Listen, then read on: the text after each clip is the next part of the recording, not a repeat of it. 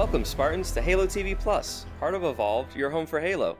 I'm your host, Oran, and on Halo TV Plus, my guests and I recap Halo's original TV show, Halo the Series, and we discuss its contents and unique canon within the Silver Timeline. Joining me tonight for Episode 9, the season finale, Transcendence, is Colin Perkins. Welcome to the show. We made it. We did it, guys. Oh my gosh, this is so surreal. It is. It's exciting and sad at the same time. Halo has one season under their belt. Under their belt, in the can. It's on streaming, all 9 episodes. The sheets, everything. In the sheets and everything. Yes, indeed. Well, as our listeners know, and if you're joining us for the first time, Halo TV Plus publishes a commentary podcast episode and an analysis podcast episode to accompany the Halo the Series episode of the week. This is a commentary episode where in a moment, Colin and I will watch Transcendence and discuss the events as they unfold on screen. We encourage you to watch along with us. If you haven't watched the episode yet, we recommend that you watch it before listening to us, as we will spoil scenes kind of before they happen, sometimes while they happen, and we think it's just a better experience to take it in and then come back and listen to us. If you are sticking around, take a moment to queue up the episode while I run through some housekeeping. If you're new to the show, welcome. Halo TV Plus is part of Evolved that hosts a variety of other Halo shows like Podcast Evolved, Mission Debrief, shout out to Colin, who's a host over there. Hey. Builds with Blocks, also a host, and Halo Book Club and Halo Headlines. Evolved also partners with the podcast HCS Pro Talk. Josh and Will discuss the latest information within the competitive Halo scene with an emphasis on community every week. You can learn more about each of those shows on our website, evolvedhalo.com. And as Halo TV Plus is a relatively new show, I ask that you rate it and leave us a review. I greatly appreciate all the feedback and suggestions from you, the listener, to improve the quality of our show. And now that we have reached the end of the TV show, I'm also looking for feedback about how to continue Halo TV Plus, so please give us your feedback. I would like to take a moment to thank all of our patrons for their continued support. Your contributions allow us to continue making new content like this every single week, so thank you all so much. Hell yeah. If you're not subscribed, our patrons receive a variety of exclusive rewards, such as early episodes, unique swag, access to our podcasting soundtrack, and more. You can head over to patreon.com/HaloEvolved to learn more. All right, Colin, before we dive in, here's our episode details for number 9, Transcendence. The synopsis is: beaten, battered, and betrayed, John 117 leads the Spartans on a suicide mission to find the Halo and save humanity. Man, you can't get any all stakes, than that. That is intense. I just want to say something real quick before I start. This episode, it tweaked me out for some reason. The first time I watched it, I've been good the entire season. That okay, this is a different timeline. I get it. They're doing a different thing. That's all good. At the end of this episode, I was just like, I didn't know what to think. I was like, what? I think part of it was there are some plot conveniences, which we'll talk about throughout. That those trip me up, and then there are the differences in the lore that will that also trip me up. So I will try to keep my comments during this episode to just the weird plot convenience stuff, and then I'll talk about my concerns or issues or thoughts on the lore variances during the analysis episode. And if you want to touch on some of that, you can. Don't be afraid to. But yeah, the part of the analysis is to give that extra time to talk about these things. Like if you, our listeners, were around for last week, I mean, Josh and I really had a lot to say about one scene in particular. But don't feel like it's off limits. But yes, we do have that other episode to allow ourselves that additional time. Last few things I will say is that the director is Jonathan Livesman. This is the 4th episode that he's directed. The runtime is 48 minutes and 19 seconds, and it premiered, or the original air date was May 19th, 2022. So with that, are you ready to begin, Colin? My finger is ready. All right, I'm going to count us down from 5, and we will all press play when I say play. 5, 4, 3, 2, 1, play. All right, so Colin, since you were not here last week, what did you think of last week's episode, Allegiance? Well, there's some heavy petting involved, I think. That was a little weird, but I was okay with it, I guess, maybe at the end of the day. I think you touched on it during your analysis episode, was like the intimacy thing was... It didn't need to go that far, but it made sense that they had some sort of an intimate moment. But they did what they did. I think the Halsey stuff was interesting, where she's really trying to like grab at straws at this point, right? She's really trying to take things in her own hands. Yeah, exactly. And she's like, at the end of the day, she's kind of a contractor, right? Like, does she work for the UNSC? I don't know if in this universe or not. She's like part of the UNSC, but she's a scientist. Well, she's always just been a consultant. But she's not like a military person. No, she's just like a science consultant that is otherwise a civilian. But I really liked the end of the episode with the brawl, because that brought me back, and I don't know if they did this intentionally, to John in the McClure canon when he fought the ODSTs in the weight room. Like, I felt like that was a callback to that. Yep, I had the same sort of thought, so I think you're onto something. So that was rad. Well, speaking of that, we kind of pick up this episode right when that happens, like right at the end of that, and episode 8 and episode 9 really are like a part 1 and a part 2 type of a thing. And I like that on some levels, and then others. It felt a little incomplete when episode 8 just kind of ended. Yeah. There are a good amount of, story to be told, and a longer story sometimes is a little bit more entertaining, and maybe on a rewatch, kind of watching everything all the way through is maybe more rewarding, since you won't have those breaks between weeks like we had. Did one episode get cut at some point? Like, I feel like maybe we can talk about that at the end, too. There was. Originally, there was supposed to be 10 episodes, and for whatever reason, that 10th episode was cut. I feel like maybe that extra breathing room could have helped. I feel like it could have helped in some areas, but at the same time, I'm kind of okay with it not being there. Like, I feel like there are some things that they kind of linger in this season that could have been, not held so long, but we can kind of get into that when we do our season recap. So John's just wandering around. He's like dazed. I feel there's the guy that did get fried. Yeah, that poor guy. Yeah. I feel like I needed a wide shot. So they hint at this giant destruction from this giant. Oh man, there she stole it. She just packed it into a box, and then she shot a guy. They managed to just disarm this guy. Yeah, see, this part hurt me. I was like, wait a minute. This military guy just puts his gun on the ground, and then he just escorts her to the to the Phantom. I would have been all right with like them just going there and she just already being there. Yeah. I don't think you really needed to explain how did she know it was there, but maybe, you could have... The artifact could have told her for all we know, but whatever. I also found it weird that John was just wandering around the circles, apparently, and then he finds himself right back where he started. Yeah, that is true. This is where it kind of all began, all these action sequences. I feel bad talking over this, but this is a powerful moment here, right? This is a really good scene. Yeah. I mean, I think it's just... I feel like we honestly needed more of, like, the Spartans just kind of conversating. And it just kind of all builds to this. I don't know. It's really good. I think this is one of the few moments we really get Keyes kind of shining.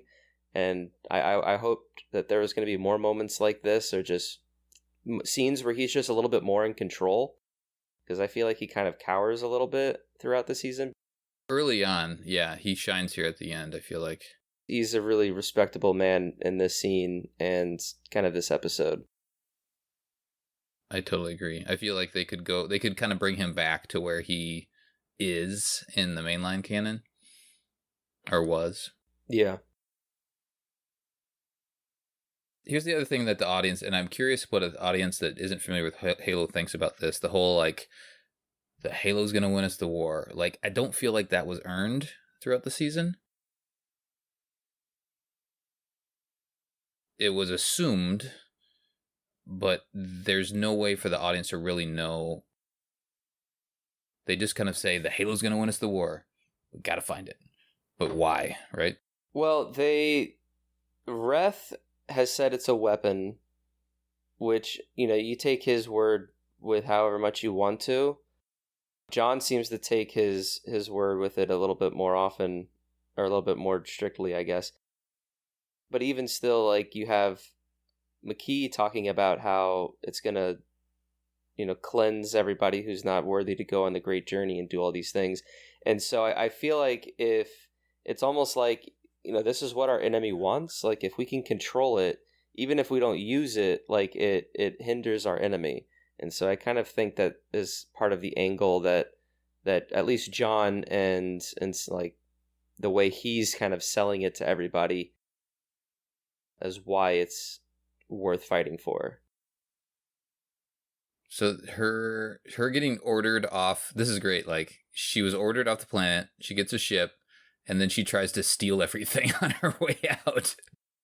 She's like, "Oh yeah, I can have the artifact and my Spartans, right? That's fine." She's like very stubborn too, and like I really like Aiden here, where it's like he's like telling her, like, we have to leave, dude, and then she's like, "No, not yet." Like it's like everyone's outside about to like shoot you down. Yeah, there goes McKee. There goes McKee.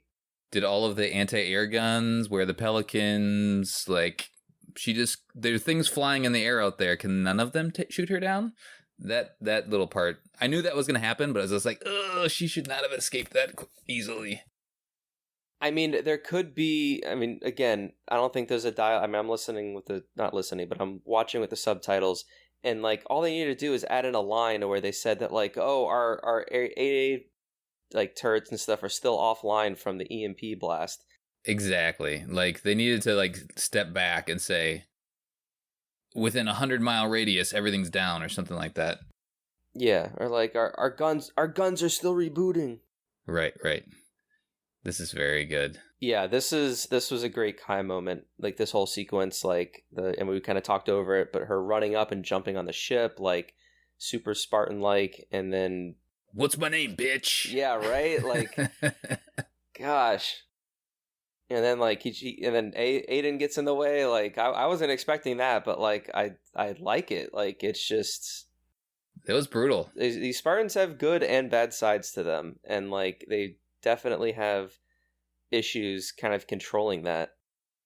Well, it shows you the power of that pellet, right? Like, she's still struggling with how to deal with her emotions. And it's only been, and she gets whacked in the head because her helmet's off, but stop taking your helmet off. But she needed to show her face to like show the emotion, which I get. Oh, Aiden's like, uh-oh, you done fucked up, buddy. Oof. Our first casualty this episode. Or not our first, I guess. Oh, yeah, that's right. The fried guy. Fried guy's first. Fried military policeman. Ooh, what is she on? Ooh, what is there? So there's also a great line that foreshadows the end of the episode where Aiden does say that something is like the package or something is like in the pod. And we'll get to it when we get to it, but like, were you expecting any of that, or were you? No, they got me. It got me too. Yeah, I think they did a really good job with that.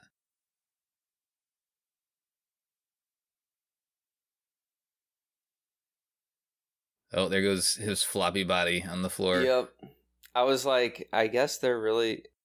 I was feeling this the first watch through. Like, I was like, you can't kill her. You can't. Like... I was going to be kind of disappointed if they did. And I was like, there's a shot that we're about to cut to where it's like the 3 Spartans and you see her ship, right? That's coming up right here. I was like, damn, they're fucking going to do it. And that explosion, I was like, The silver timeline. And I was like, but Spartans can survive this. Like, don't just do it to do it, but like I could see it if the angle that they wanted to play was like, well, now there's, it means more to stop McKee and find the ring, because now we're doing it for, the Spartan that we lost. But then I was like, hell yeah, she's still She there. had too much character development. Kate Kennedy is just so good.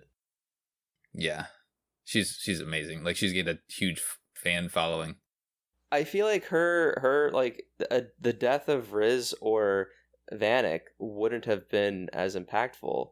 Like, I feel like the character to kill is Kate, or sorry, Kai. So like I can see it, but this is great though. They kept her, and like now we could just continue to strengthen Silver Team for the rest of this episode, but also for like season 2 and stuff. So I mean, Halo does like to kill its characters, so that could have, and I didn't think about that, but that could have been one, and people would have been just gutted if she died there. It would have been like a lot of the decisions on this show. It would have been controversial because like I would have been upset, but like I would have been upset because like, but like good upset, right? Like, oh, I can't believe they did that.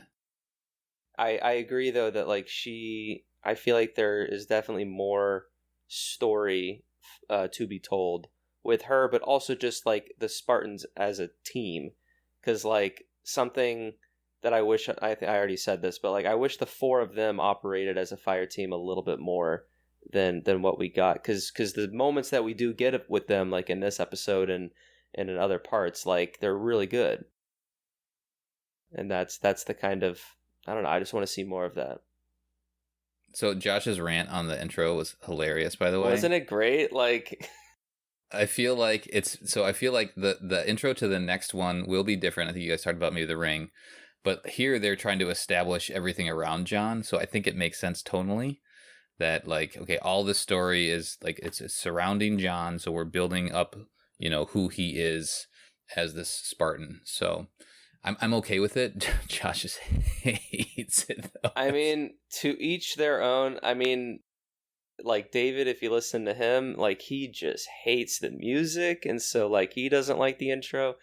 I'm a little indifferent. I mean, it could be better, sure, but it's an intro. Like, I'm not gonna. I would so much rather talk about the episode than the intro. Josh is a character, so I like this question from Parenkoski. She's like, well, how could you trust her? Because John's now like figuring everything out. Like, she was truthful with me, so I like the questions that she's asking are the questions I'm asking as a viewer, which I think is good. But I also agree with John that it's like, there definitely was a moment to where McKee like almost wanted to step aside from the Covenant and kind of just follow John, because they shared this their connection that we talk about, that they're both reclaimers and blessed ones. But when she told him that was like their first interaction, so she could have been filling him full of shit at that point. It is true. It was kind of earlier on. I like the science stuff. So I would like to hear like Ian's thoughts. Ian Francis, like, is this good science, or is this just sound like good science? Sci-fi science. Right. Yeah, and like this was kind of not this science, but like earlier in the season when they were talking about, oh, we can't find anything, it gave me flashbacks to Star Wars when, what was his name? Obi-Wan Kenobi couldn't find Kamino, and it's because they erased the planet from the records or whatever, and it's like, oh, well, clearly it's a Covenant holy world that no human has ever been to, so why would it be on your guys' records? Like, Yeah. Think, guys. And of course they use the same, language and all that sort of stuff, right? Oh yeah, that star system, they call that star system the same name as we. So I do like this. This is good. You need to become the Master Chief. All good. Music spot on, right? They got the chants going on. Awesome. And I do like that he's now like trusting Cortana now. So them really kind of coming together as a unit. I don't know if it's completely earned at this point of the season, but it they had to get here. So I feel like it would have been nice Because, like, Cortana's kind of been taking a back seat pretty much ever since McKee arrived in terms of John. Like, we had that great moment where Chief or John tried to lock Halsey in that contamination, radiation room. Outside of that, there hasn't been much development from between John and Cortana. She helped him right away, right when she came to be. She helped him find his home planet, and she was kind of being his right. But I'm just talking about like sequentially. Like she kind of helps John, and like, hey, Halsey issued this order. Like, beware. I love this smile by Kai right there. Yeah, little nod and smile. I'm just kind of agreeing with you in the sense that like his full trust in Cortana right now is a little quick, but I do think that there at least was an effort there, that so I can kind of buy it, but it could have been a little bit smoother, I suppose. This interaction's great. I love this. That's so good. Now they feel like a unit, right? Like now they're kind of feeling like a little blue team action going on. They're kind of just giving the getting the band back together. All right, we're gonna save the universe. Let's go.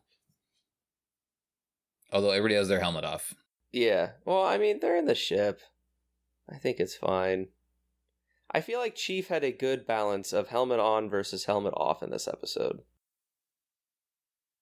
Well, yeah, it goes to the helmet on the entire second half here, and Halsey's just sprinting for her life. This is great. Yeah, I thought like Halsey running through the freaking woods. I know. I thought this was goofy. I was like, what is she doing? But I like it. Like, I think it's cool. But then now watching it after knowing what happens, like it kind of makes a little bit more sense and fits it better, I think. Oh yeah, exactly. You can imagine her like putting her clothes on her clone and say, "Go run somewhere." But like, there's a great first line. Has she said anything yet? Like, not a word. Like, oh yeah, because she's like a clone. But it totally got me. Yeah. Now, here's something interesting. Now that I'm watching the episode again, this conflict hasn't been resolved.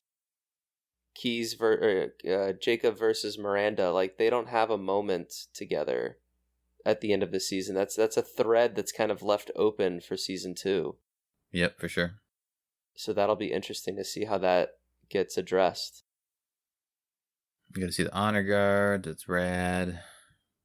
This little holy place. I don't know if I'm crazy about this set. No, the set's kind of bad. It's a little too basic, I think. I mean, I feel like you needed like a wide shot to know that they're like on a mountain, because like later on when all the elites arrive, Cortana's like, oh, all the elites were underneath the mountain. It's like, oh, they're on a mountain. Like they literally like yeah. seem like they're like floating in like literally floating in space.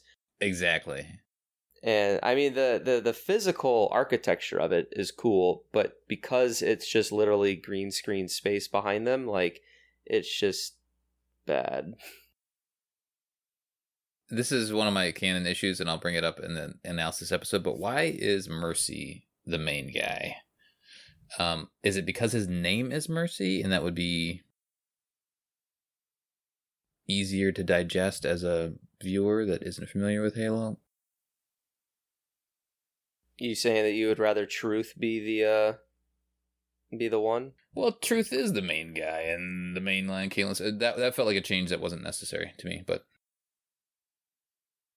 I don't know.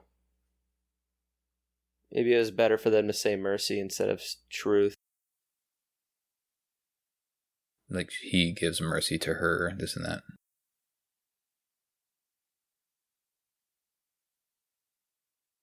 Her facial expressions are good. I've gotten used to this version of Cortana. Like, the first time we saw her face, was like, oh, that's Cortana, huh? I mean, I really like Cortana. Like, I like this representation. Like, I think it just fits. No, it's grown on me. I think just like her hair bob, like I think bothered people right away because it was different than what we see in the games. But no, I do like this.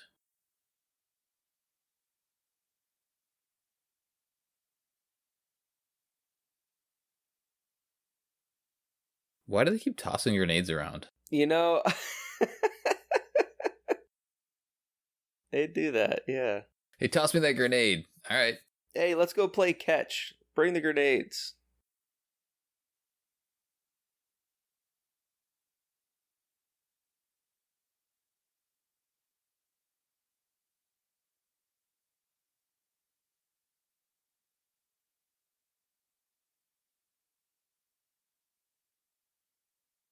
So we're just getting some foreshadowing here. Yeah, I mean, that's an important moment there. He gets a little smirk. That's good. Does old Cortana have that same feeling about humanity? I guess maybe she does. I feel like reverence she does. towards humanity. Yeah, I guess, Halo 1 through 4, Cortana. Yeah, she's trying to protect humanity, all that sort of stuff. Yeah. Yeah. I think it's pretty characteristic of her. This is another kind of like queasy moment for me. Is like, now makes sense to put your goddamn helmets on.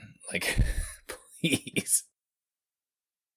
Again, I get why they didn't from a cinematic standpoint, but militarily, if you're having some issues, slap that sucker on there. Yeah, and I think, or I know Vanek starts sweating, but, does someone get, hit in the head and start bleeding?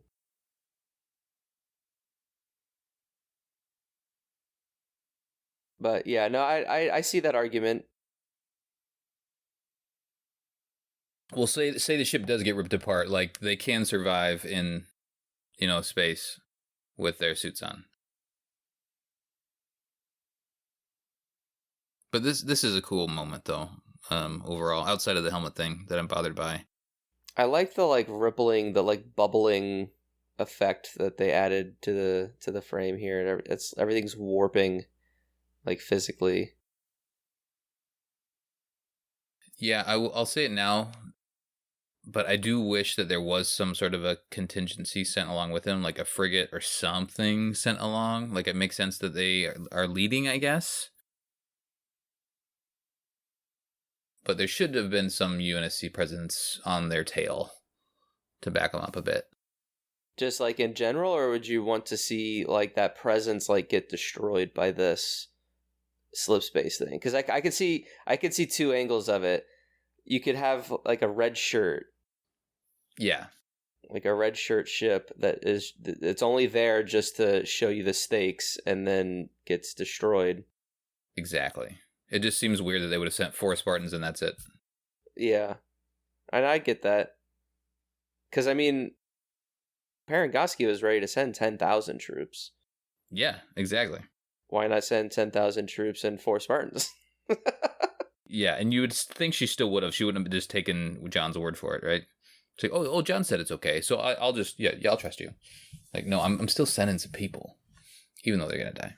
It could have made the ending fight a little bit more interesting as well. Yeah, you could have had a little space battle going on. Because some of the great moments from the episode 5 fight, Reckoning, was how the Spartans fought on the battlefield alongside the Marines.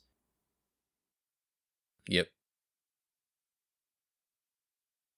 Yeah, I think the only time they touch on the gung-ho Marine, that vibe that you get from the games, is when Kai's lifting that shit. Was it the last episode? Where they're all like, yeah, let's go, we're with the Spartans, this is awesome. I guess you get a couple times where they're saying hi to Chief when he's walking around. You get a little of that flavor, but you don't really get that. Yeah, we're gonna kill some cubbies together, let's go, we're with the Spartans. Well, that's the Aliens Marine vibe. Where we get Sergeant Johnson from. Yeah, maybe that'll come. I really like Miranda's. She did show a lot of growth to me. Mid-season, I thought she was too meek still. She was still, she's this senior-ish person in the military science division. She should have had a little more confidence. And I think they showed her, have that growth. They showed her in that state so she could have this conversation with her mom at the end. So I really like her growth. I'm excited for her. She's introduced as when she's talking to Quan, and like she felt so defeated after that conversation, and she just kind of like, you know, went to Daddy Jacob for like console, to where like now she's like literally reading the charges to her mom and like having like no remorse for it. Yeah, she's like rubbing it in. Like, here you go, you're gonna die, lady. Miranda's had a very good arc, I think, over the season. I would agree with that.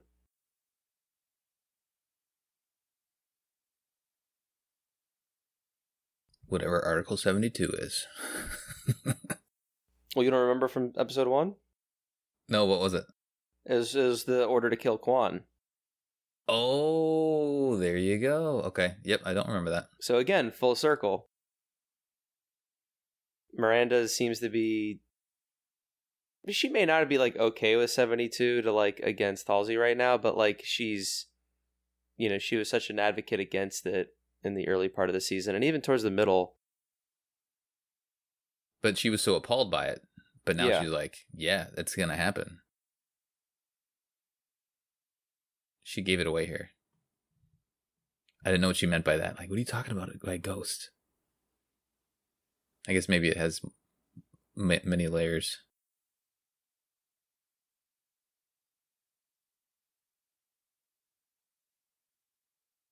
I'm okay with the Miranda kind of mashup in this timeline. Now that she's had this character development. And I was ready for him to have a conversation too, but then he takes his little... Yeah, I was like, oh yeah, I forgot that thing was a thing. I'm okay with that, because I feel like they could use that for some cool Oni stuff later on. But I think that's completely new. We haven't seen anything like that in mainline. Not that I recall, but I mean, there could be something that I just don't know. Should we call mainline the green timeline, by the way? Which timeline? The mainline, like the main Corlin? Yeah, that's the green timeline, I guess, right? Yeah. Core canon just not good enough for you? I don't know. I mean, we're going with color theme.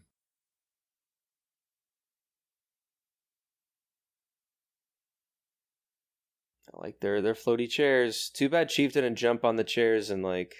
They start punching one of them. That would have been rad. So they are just using her. They don't... What they're saying is that after the Halo fires, she's just going to burn with them. So they just don't really... They've been using her the whole time.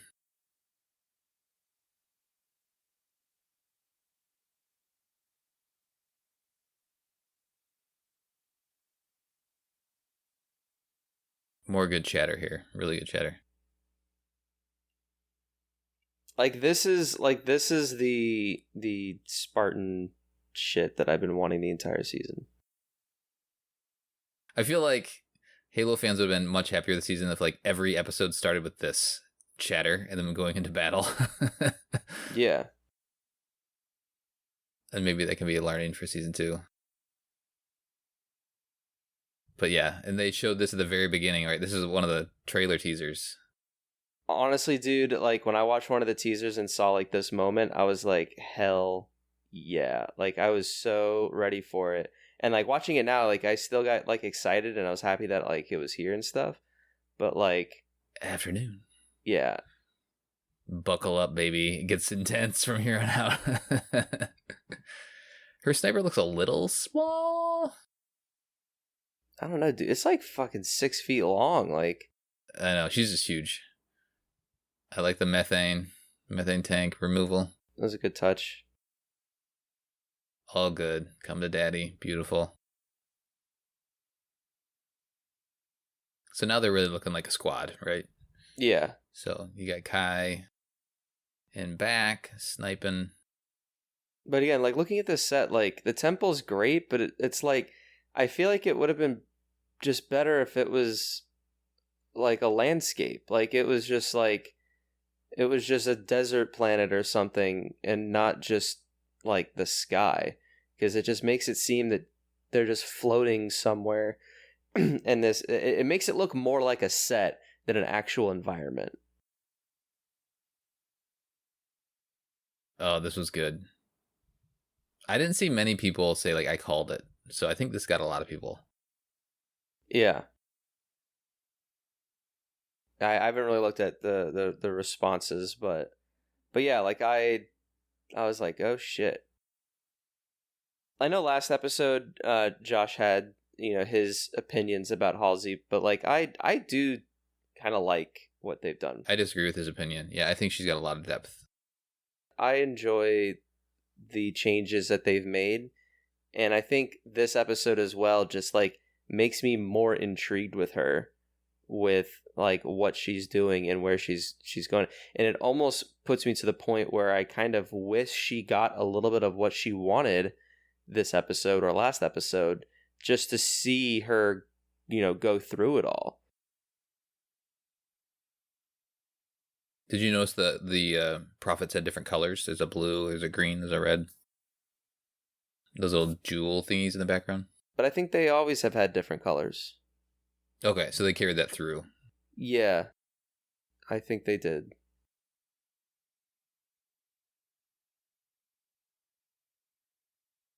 The honor guard armor looks a little too clean to me, but overall, I'm good with it.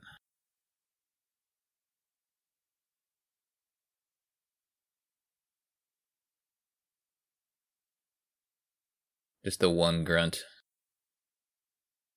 So the only curious thing that I have kind of thinking about this episode is that like McKee and John... There they go. They were going to float up above, which I didn't catch the first time. People have issues with that. With what? Oh, how they just float straight up? They're just floating up above and looking down. Go on. I was going to say, like, John and McKee, like, definitely have, like, a shared reaction and response to the artifacts, like connecting and like doing their thing and all that kind of stuff. And it's just like, are they only doing that, or sorry, are they the only ones affected by that because of like their proximity? Because like you got to think that there are more than just them two. All right, now where did those guys come from? Oh, they've just been up there the entire time. Yeah, like you. I know. That was another thing. Like, where the hell did those guys come from? And again, you had that shot of all the elites running up to like establish that it was a mountain, but like you didn't. There's no drop pods. These guys are just falling out of the sky. Yeah, so like it's. That's another plot convenience that I just kind of was like, ugh. Like again, the action's good, all that sort of stuff is just like, Yeah, they could have done better with this set. This brute fight is good. This brute fight is amazing, and I like how it transitions into first person. Yeah, it's enough. When I was watching with my dad, he's like, "So this is what the game's like?" I'm like, "Well, kind of." Kind of.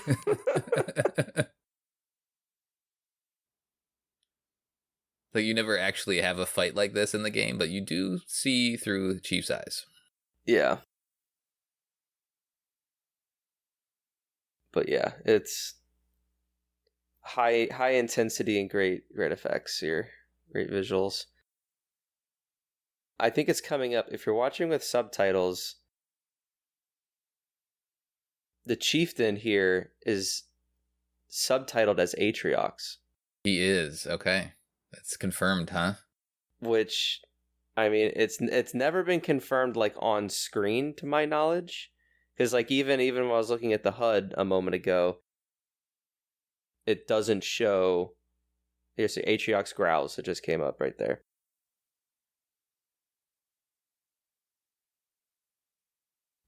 Chief's HUD just identifies him as just like a brute, not as like Atriox. Right. Yep. Ooh, there they go. They just fly away. Yeah, like so convenient. Right. Another plot convenience. Like, oh, we're just going to thin everybody out for you. I think it's interesting and kind of smart that they did that, because now they have that door to either eventually go through or, whatever, to like have Atriox become like a character, and then you develop the Banished and then all that kind of stuff. Now, is that all the stuff they do in season 2? I hope not. But like, is that something they do in like season 4 or something? Like, that's definitely like a possibility. So they're kind of like that the showrunners and Kiki and whomever are trying to future-proof themselves, kind of keep these little nuggets and do with it what they will. Although he does seem to get cut down by the Condor or whatever it is, but we'll see. So I the other thing I have an issue with, again, this is kind of a mainline green timeline difference or I guess element that they added, is the cracked visor. The cracked visor was a big thing in Halo 5, but I don't feel like it's really iconic enough to really make a point to include the cracked visor. I mean, I don't know. I think it's a nice little tidbit. It's a carry through. It's a carryover. Yeah. I mean, he could just as easily get a new helmet in the beginning of season 2. But they made a point to crack his visor. I do like the view of the Halo here, though. We never get a wide shot of the Halo, like seeing the thing. I'm sure they would reveal that in next season. Well, we haven't really seen the ring. Like we've only seen it in this like ethereal vision. Exactly. There's the ring in the background there. We saw it there, but never like the real ring, right? Yeah, we still get like the fantasy like view of it. Bank just gets... What hit him? Well, I couldn't tell what hit him. It looked like a fuel rod cannon. Okay. It could have just been a green energy bolt, which doesn't make that type of explosion, but... So, again, I think this is just a convenience thing where she flops again, right? Like, so at the end of the last episode, she's like, I'm done with you. And then now... She doesn't know that the prophets are going to betray her, but they've talked about it. And now she's like, oh yeah, maybe I do like you. Well, I think she touches the artifact because she sees John's in distress. I think she still has that connection. She's just like, my time with you on Reach was, it meant I felt something there, and I guess she just wants to keep that, and that just might be her angle of it. But yeah, I agree. Like I mean, I said a lot about this last episode. Like I think McKee should have had like a little bit of more like alliance. I mean, I'm generally okay with her character. A lot of people don't like it, but I'm generally like, I understand why she exists. No, I understand why she exists as well. I just wish her character was a little bit truer to what her character gets established as. She didn't need to be as overly three-dimensional as they were trying to make her, which I think makes her a little bit less three-dimensional. I think you can still have a three-dimensional character that doesn't like change sides, The other thing with, if that is Atrax, they didn't give him the Chainbreaker, but I guess he doesn't get the Chainbreaker until he's part of the Banished. So yeah, I think that's what it is. All right, this is an interesting decision here. So he can't bring the artifact because if he touches it, he goes into that state. Yeah. He can't be himself. Someone else needs to get the artifact. He could save Silver Team.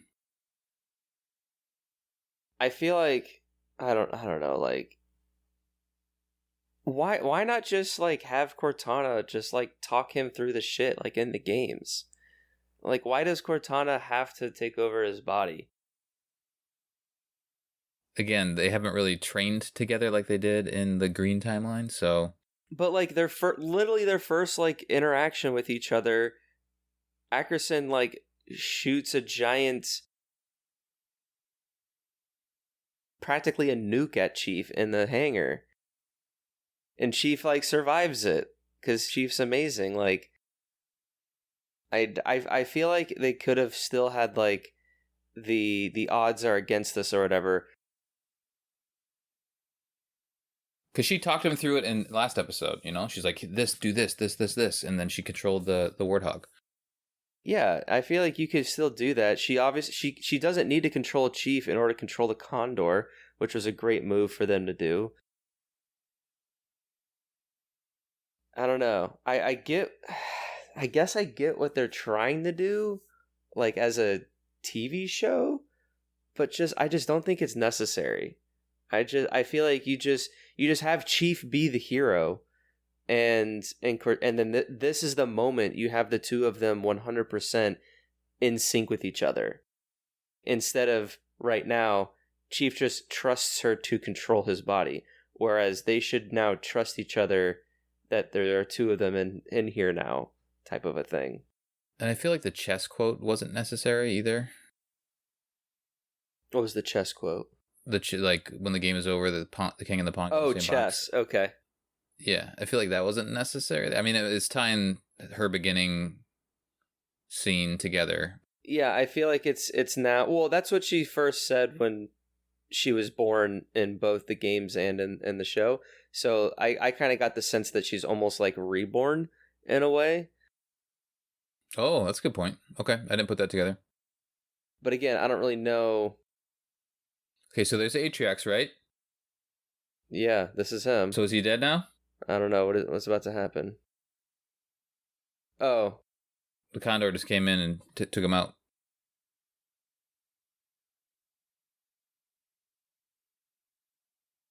He'll survive somehow. I guess this is more just like an escape. But again, I mean, I don't know who makes the subtitles, so it could just be a fluke or whatever, but like, so now he can touch it because he's not. Right. Yeah, cuz yeah. But again, like, you could just have Chief being badass Chief, and he could just carry Riz or someone, and you could have Vanek or someone carry it. Like they're Spartans, they can endure pain.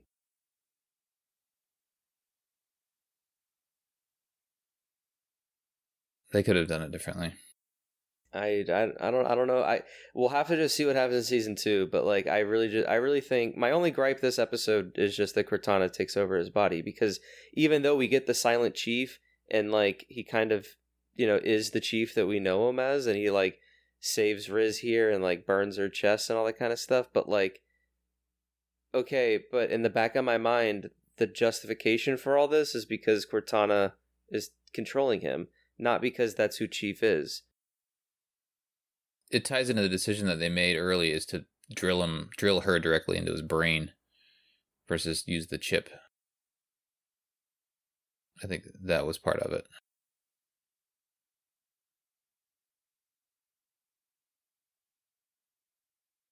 And then yeah, he just goes into action. They could have used biofoam perhaps here. Why didn't they? I don't know why they. Yeah, do they not have biofoam here? I had the same thought. I was like, oh, he's gonna pull out some biofoam. But no. Yeah, that's perfect. Like they have biofoam in the green timeline. I'm gonna patent that, by the way. Come on, it's gonna catch on. Green timeline. Just keep saying it. Mm-hmm. That's fucking brutal. Because yeah, like although he cauterized it, like, well, I guess Vanek's about to do some fancy shit with his future spray thing. Right. It's like in Star Trek when they just pull out some random thing and it's just like beep beep beep beep beep, and you're just like, okay, you don't have cancer anymore. Like, yeah, I'm curing cancer right now.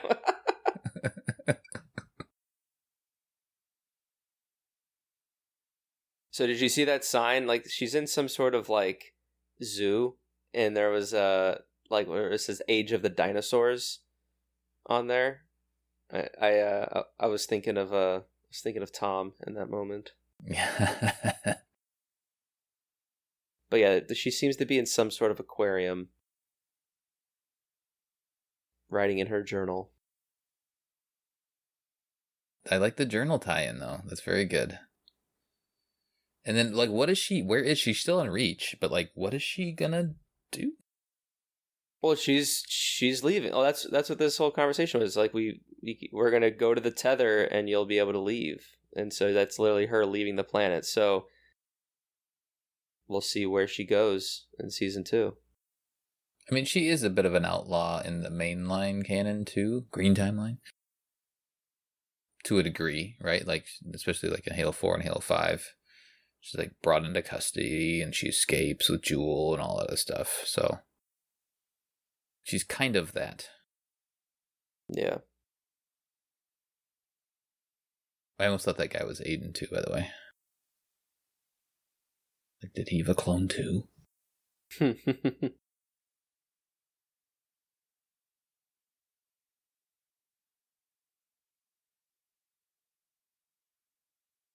I forget where I said this, but I was talking to someone and I was like, the Spartans should just always have dirty armor. Like, it just looks so much cooler.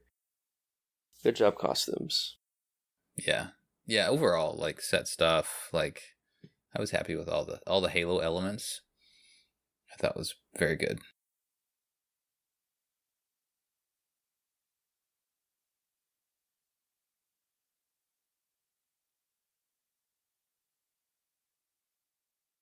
And if you haven't watched Halo Canon's breakdowns of all this stuff, it's definitely go watch that. He ties everything together really nice. I haven't watched the last few episodes that he's done, but I watched a few of them. I try to watch them after we record. Yeah. Because I don't want it to influence what I say. But yeah, he's always on his game. Ian's an amazing guy. The Halo community. And there we go. Oh boy. Here we go. On to season 2. So what do you think? Do you think season 2 will come out next year, or is that too soon?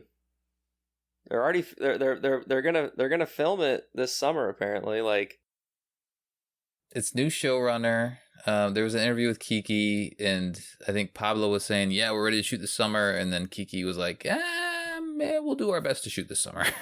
Oh, really? That's pretty funny. We'll see. It'd be nice, if we didn't have to wait a full year, or maybe only have to wait a full year. Oh, it's not coming. I mean, at the earliest, it's coming out next March. Like, at the earliest, there's no way it's coming out sooner than March. Yeah, I wouldn't expect that. I think it would be beneficial for them to keep the March, because now that this ended, we're less than a month away from like the summer events, gaming events, season, and then in the fall is when all the big games come out. And if Halo Infinite's gonna be having DLCs and expansions and like all this kind of stuff tacked onto it, personally, I feel like you have your games in the fall and then your TV show in the spring. If they're able to keep it to the March, that would be great. Since it is a sci-fi and visual effects heavy show, there could be a world where they would need the additional time to kind of do post work and all that kind of stuff. But I mean, like, seasons of shows typically, like the majority of shows that have that kind of cadence, they're doing a new season every year. It's whether it's like a show that's having difficulty getting signed on for new seasons to that delay, or shows like Game of Thrones, where they have just so much time to like make the show as good as it can be. But like, the goal is to always make a season a full year. I mean, I would love that if we had a new one of these seasons every March and some new Halo content game wise, in the fall, and then we get a book every once in a while. Like, we're Halo full for a bit. I think that's a good schedule. So, whoever's listening, make it happen. But I mean, development on TV shows and movies are always crazy, and Halo's already had a super rocky start. They did this in the pandemic, so kudos to the team. I love that they everybody worked very hard on this, and I appreciate that as a Halo fan. People put their blood, sweat, and tears into this stuff. So differences aside, mainly with the writing, like how they presented certain things, but like set wise, costume wise, little lore nugget wise, I thought the acting was solid throughout. It started a little rocky, but I think towards the end they got on their feet, their footing. Happy overall with the production value. All right, well, let's go ahead and end it here. If you're interested, Paramount Plus produces a Halo after show segment called Halo the Series Declassified that releases with each TV episode. This week for Transcendence, Sydney Goodman interviews executive producer Kiki Wolfkill and Stephen Kane. They discuss their accomplishments producing the show, developing character relationships, the scope of the action sequences, and more. And the after show also highlights the cast and crew's reflections from the first season. And you can check it out now on Paramount Plus or on YouTube in select territories. It's a great interview. If nothing else, just go and watch the interviews with the cast and this final interview with Kiki and Steven. They're all good. Very good. I mean, I really enjoyed that after the show bit, so shout out to whoever produced that and Sydney. Like it was a pleasant surprise I wasn't expecting, and it's great to just get those insights and like I work in movies and TV, and so like just kind of seeing the behind the scenes just, I don't know, gives me just like a connection to the show where it's just like, oh yeah, it's just a TV show. Like that's all it is. Like they're doing all the same stuff that like I do. So it's really cool. I love that it shows Sydney because she's a gamer and she knows Halo. So she kind of has the background knowledge of the green timeline. I'm going to say it one more time. And, and then the perspective of the television stuff. So she asked a bunch of smart questions, which is great. Yeah, kudos to her. What else? I think that's it. Yeah, Colin, thank you for joining me. Yeah, this was fun. Can't wait to do some analysis. Let's get into it. Only a moment for you, but a couple of days for the listeners. That's right. But thank you for joining us for another week of Halo TV Plus. Halo the series has now fully premiered and is all available exclusively on Paramount Plus. We will not be getting new episodes on Thursday nights. And like I mentioned at the top of the show, you can find every episode to all of our shows that Evolved produces at evolvedhalo.com. It also features links to our Discord server, Patreon page, Xbox Live Club, and other contact information. Once again, another special shout out to all of our patrons for supporting Evolved and making all of our shows possible. Head over to patreon.com/HaloEvolved to learn more. And finally, if you want to leave us an email or a voicemail about this week's Halo the Series episode, you can leave us an email at podcastevolved@gmail.com, or you can give us a call at 205-EVOLVED, which is 205-386-5833. And if you want to listen to more of Colin, you can check out Mission Debrief and Builds with Blocks. And with that, I've been your host, Oran, and until next time, evolved. Evolved.